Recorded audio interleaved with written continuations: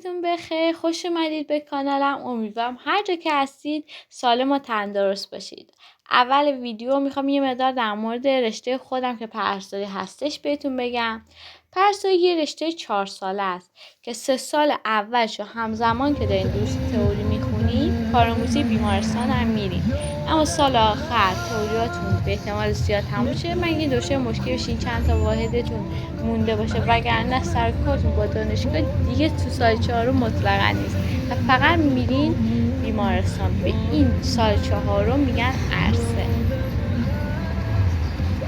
اینجا من میخوام برم بیمارستان. کارآموزیمون ساعت 8 صبح شروع میشه و توی بخش چشمه، بخش نسبتا سبک اما فوق‌العاده حساس.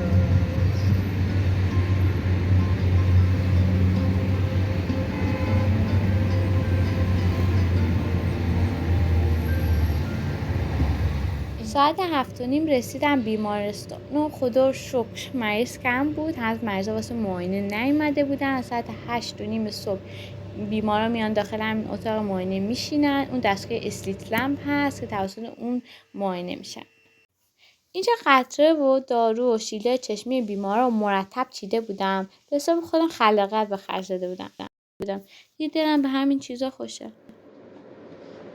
رسیدیم به بخش مهم پرونده نوشتن که هر چقدر من از اهمیتش بگم کم گفتم. پرونده نوشتن از موقعی که بیمار پذیرش میشه با پرسیدن یه سری سوالات و معاینه کردنش ما به ارزیابی اولیه بیمار میرسیم. اگه بیمار جوابی برای بعضی از سوالای ما نداشت حتما باید بنویسیم که بیمار نمیدونه، وگرنه همین برای پرسه یه سری مشکلات قانونی به وجود میاره. برگای آزمایش حتما باید ضمیمه پروندهشن. هرچی بیمار اطلاعات داره باید نوشته بشه. عرضه پزشک باید حتما با خودکار چک و بسته بشه. گزارش پرستاری کامل، جامع، مختصر، مفید باید نوشته بشه و حتما باید تاریخ و مهر و امضا بشه. هر آموزشی که به بیمار و یا همراه بیمار میدیم رو باید همراه با کدش در برگه آموزش به بیمار وارد کنیم.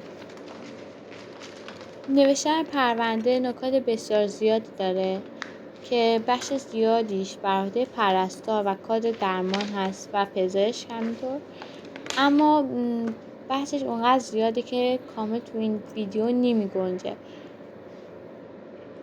من صرفا نکات که به نظر مهم می اومد در مورد پرونده نوشتن رو گفتم، هرچند که این نکات اصلا کامل نیستن و باید در موردشون بیشتر بخونین، چون که مسائل حقوقی زیادی واسهتون به وجود میاره ندونستنش.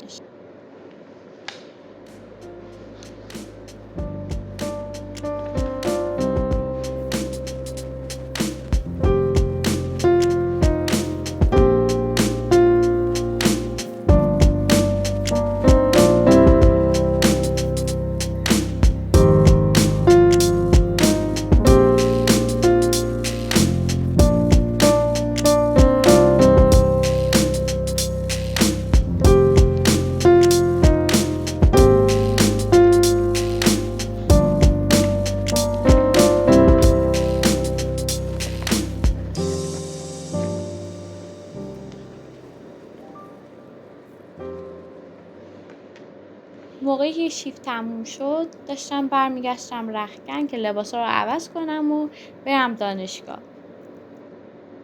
قبلش یه نکته رو بگم. ما دانشجوهای پرستاری اول صبح تا ظهر میریم بیمارستان و شیفتمون رو میگذرونیم. از اونجا به بعد میریم دانشگاه و دروس تئوریمون رو داریم. حالا بعضی از دانشگاه‌ها اگه اشتباه نکنم دانشگاه شهرستان اینطوریه که 3 روز اول هفته رو بچه‌ها میرن بیمارستان و 3 روز دوم هفته رو میرن دانشگاه. این بستگی به دانشگاه و شهر و بیمارستان‌هایی که دانشگاه باشون قرارداد داره مربوط میشه. از بحث دور نشیم.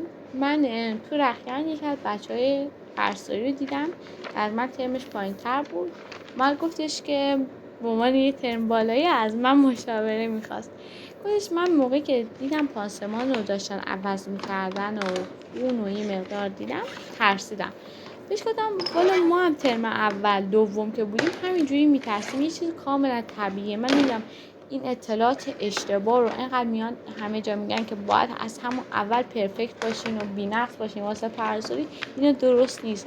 والا هر کسی، هر انسانی یک ترسی داره نسبت به خون، یا مثلا بعضی میگن ما شاید طاقت بدنی نداشته باشیم، شب بیداری پرستاری نتونیم تحمل کنیم. بچه اون امتحان سختی که استادا ازتون میگن ناخودآگاه شما دیگه عادت میکنید که شبای امتحان هم تا صبح هر جور شده بیدار. استانداردهای تعداد بیمارا برای پرستار 2 تا 3 تاه که ولی اکثر اوقات رعایت نمیشه. حالا بعض وقتا پرستار 5 تا 6 و یا حتی 10 تا بیمار بهش محول میشه. من منکر این قضیه نیستم که پرستاری رشته سختی نیست. پرستاری رشته سخت و طاقت فرساییه، اما حقوقش نسبت به سختیش توازن و تناسبی نداره، ولی بهتر از رشته‌های دیگه است در زمینه بازار کار و مهاجرت. شما هر کشوری دوست داشته باشین میتونین برید، آمریکا، آلمان، بلژیک، اتریش. علتش اینه که نیاز پرستار خیلی زیاده و تا 20 سال آینده حداقل من میتونم بگم که این نیازه برطرف نمیشه و شما میتونید به راحتی، البته نه اونقدر راحت، ولی نسبت به رشته‌های دیگه راحت‌تر مهاجرت کنید. پرستاری ایران در بین کل جهان رتبه 17 هم رو داره و ما از لحاظ تحصیلی هم مورد قبول کشورهای دیگه هستیم. اینجا اومدیم دانشگاه، منم داخل کلاس استراحت میکنیم، یه مدام کلاس تیره و تار کرده بودیم و یکم آهنگ موزیک ملایم گذاشته و جهت مدیتیشن.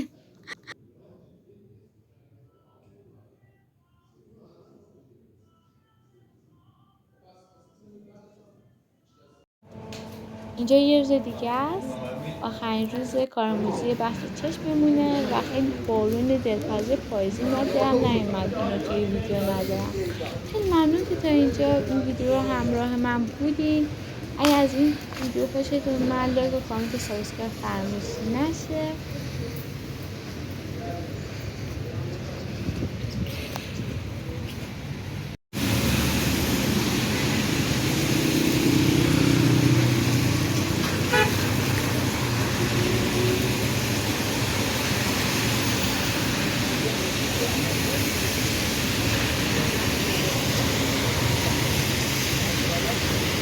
اگه دلتون میخواد در مورد بخشی از دانشگاه یا هر چیزی در مورد بیمارستان بیشتر بدونید، حتما توی کامنت ها بنویسید که یا در موردش ویدیو بسازم و یا در جواب شما کامنت ها جواب بدم.